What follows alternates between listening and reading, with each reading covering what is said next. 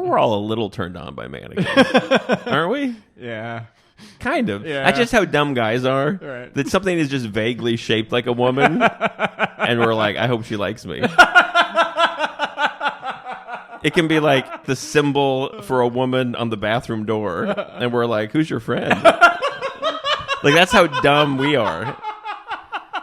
So then we cut to the mannequin factory, and Andrew McCarthy starts with him going like, I'm in love with this mannequin that he made, and he's putting her together, but he made the face, looks like Kim Cattrall. Then the boss comes in, and Andrew's like, this only took me like 6 weeks. I think I could make 3 or 4 of these a month. And he's like, you're supposed to make 4 a day. You're fired. What? He's like, well, I'm running a mannequin business here. Yeah.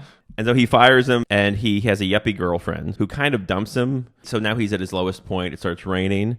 He looks in the window. He sees his creation, the Kim Cattrall mannequin, and he goes up to the window and he's like, "I'm so in love with this mannequin. You're all I care about, mannequin." Maybe he goes back again because he's stalking the mannequin. He's back in front of the store the next day, and they've got a big sign that says like 100 years of this store. It's the big department store. And then Estelle Getty, she owns the store. And then the giant sign comes down and it's going to hit her. And then Andrew McCarthy like pushes her out of the way and saves her life. And he gets hit by the sign. And she's like, thank you so much. I'll give you a job at my department store. And then the manager is a very young James Spader, he's like the ultimate yuppie. He's like, no, he has like the energy of like an evil prince. All right. He's one of the bad guys. So they put him in the mail room. So then he goes to the mannequin and he's like talking to her. He's like, I love you so much, mannequin. What? And then we hear like, oh no.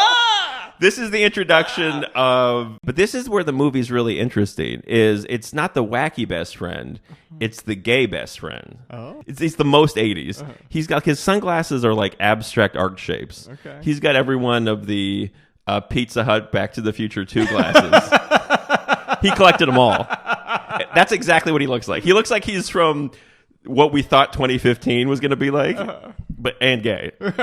And he's like, honey. He yells like, that's his intro. Whoa, honey, how you doing? He's the guy who's in charge of the mannequins. He does the window displays. He sees him talking to the mannequin, and it's almost like they made him a gay character so he could understand Andrew being mannequin sexual. Okay. He's like, oh, you're into mannequins. Hey, I get it. I'm gay. Who am I to judge?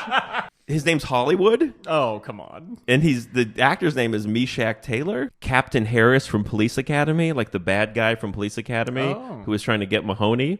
He's in this as the department store security guard. Okay. So then he's left alone with the mannequin. She comes to life. Oh. The mannequin comes to life, and it's Kim Cattrall, right? And he's like, oh my God, he can't believe it. Like, he's just shocked. He's like, I'm going crazy. Oh, and they establish later that she turns back into a mannequin when anyone else looks at her. But then most of the movie, because it's the 80s, it's really just a movie about how much fun shopping is. Okay. Because it's just a lot of montages of, it's overnight, because he works overnight to do the window displays. It's them hanging out alone in the department store. So then he wakes up in the window. We learned that while he was sleeping, she made the window display. And then she went back to being a mannequin. It's shirts with tennis rackets for heads in the display window, right? And one mannequin. And then there's a crowd forms. This is the greatest mannequin window display anyone's ever seen. The movie's predicated on the fact that he's a genius, although she's really doing it. Right. But people can't believe what they're seeing. Okay. Jordan, they have tennis rackets for heads. Oh, for heads. For heads. There was very little entertainment in the 80s. Yeah, sounds like it. This is blowing. People are just packed. Like they're just, what the fuck are we looking at? I think they're spinning, Jordan. The rackets are, we didn't have the internet yet. Yeah. You put rackets for heads? This was 1987's Two Girls, One Cup. They were like, but where are their heads? Yeah. This is so good that the guy from the rival department store is like, he did what? His name is BJ. He's the other evil guy. So BJ is the evil guy from the rival department store. So now we cut back to Spader, who is such a prince. He's like, I'll get you. And he's talking to BJ. Now, Spader is the manager at the good department store, but he's in cahoots with the manager, the owner of the evil department store. And the thing is, Estelle Getty's department store was about to go out of business, and BJ was going to buy them at a low, low price. So, and he was going to give Spader a job. So Spader's rooting against his own store so he can have a place in the new regime. And then now Estelle Getty's like, I want to make you the official mannequin window guy. And now the second window, the next morning, now it's the mannequins are on bicycles. What? And it looks like they're pedaling the bicycles. No. And people are like, he fucking did it. He did it again. This one, the mannequins look like they're riding the bikes, Jordan. Yeah, people are like, how are the mannequins get on bikes? And he has to be like, I put them on bikes. And they're like, we never even, it's the 80s. Okay, so then his ex-girlfriend, who's working for the evil department store, she takes him on a date, and she tries to steal him to come work for them now that everyone knows his genius. I think she throws in, and I'll date you more. Come over here, I'll suck your dick. You're such a genius. For her displays. She's going to sell her body. Yeah. These windows. Yeah. You don't know. This is the greatest art that's ever been made. They had tennis rackets for heads, Jordan. What have you ever done with your life, you piece of shit? But then there's a scene where James Spader and the security guard, they go to the guy and they're like, we're going to steal the mannequin. And then if we have his mannequin girlfriend, he'll have to come work for us. At some point, she becomes a mannequin again and they grab her. Now, Hollywood and Andrew McCarthy, they have to save her. So they're going to go to the evil department store to find her. And then at this point, Hollywood shows up and he's got this giant pink Cadillac, and he pulls up to the other place, and it's this pink Cadillac, and the license plate says "Bad Girl." Oh, come on! And all I could think was like, now that is a cool car. Yeah. I think all the people who were mad at me for thinking that Cobra had a ugly car and a dumb license plate, a pink Cadillac with the license plate "Bad Girl." That's what Sylvester Stallone should have been driving in the fucking movie Cobra. Can you imagine if he pulled up in that? That's cool.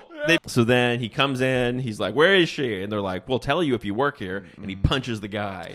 And then Roxy, that's his ex, she's like, I'm going to get rid of her forever. And she runs out. And he's like, oh, she's going to go destroy the mannequin. So he chases her. And then all the security guards are chasing him. And it's a whole wacky thing. So then there's a back room where they have the mannequins. But in the back room, too, there's this big like wood chipper thing. And there's a conveyor belt that goes up to it.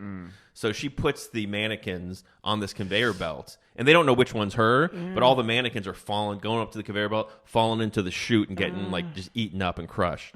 It's just a pit of death. The security guards are hot on the trail of McCarthy, right? So then they chase him to the room, and this is when Hollywood saves the day. Hollywood gets a fire hose, and he sprays the security guards so they can't get to the back room. And he says, he's spraying the security guards, and he goes, I only love two things, fighting and kissing boys. So then he sees that she's about to go into the chipper, and he runs up. And at this point, the guy that works in the back room, this nerdy little guy, and he comes out and he's like, what are you doing here? And then Andrew McCarthy grabs her, but she's falling right by the chipper, and she's going to get chipped up. And then she comes to life. And then she's able to then crawl out and get out of the chipper, and they kiss or whatever. But then the guy can still see her, the nerdy guy. And she's like, oh, I guess I'm alive. She's like, I'm being seen by a third guy. Yeah. So then she's like, oh, I guess the spell is broken. She's like, I'm alive. At this point, you realize that they're kind of just doing a Pinocchio. Oh, yeah. So the last scene of the movie is now it cuts to the display window at the department store, and it's a wedding scene. They get married in the window. And then she throws the bouquet to Hollywood, and he catches it, and he starts crying. And I think this is the movie pointing out it was legal for Andrew McCarthy to marry a mannequin before gay guys were allowed to marry each other. And they kind of taunt him by giving them the bouquet and going, maybe you eventually. I don't know. Now that we know the catchphrase, I just can't stop thinking about Stallone as Cobra pulling up in a pink Cadillac that says "Bad Girl" on the license plate. And he gets out and he's like, there's only two things I like to do. Shoot guns and kiss guys.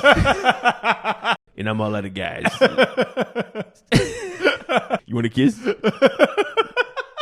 The past was doing its best.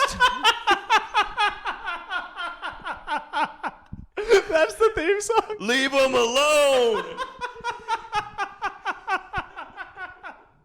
Leave them alone. Leave them alone. They were doing their best.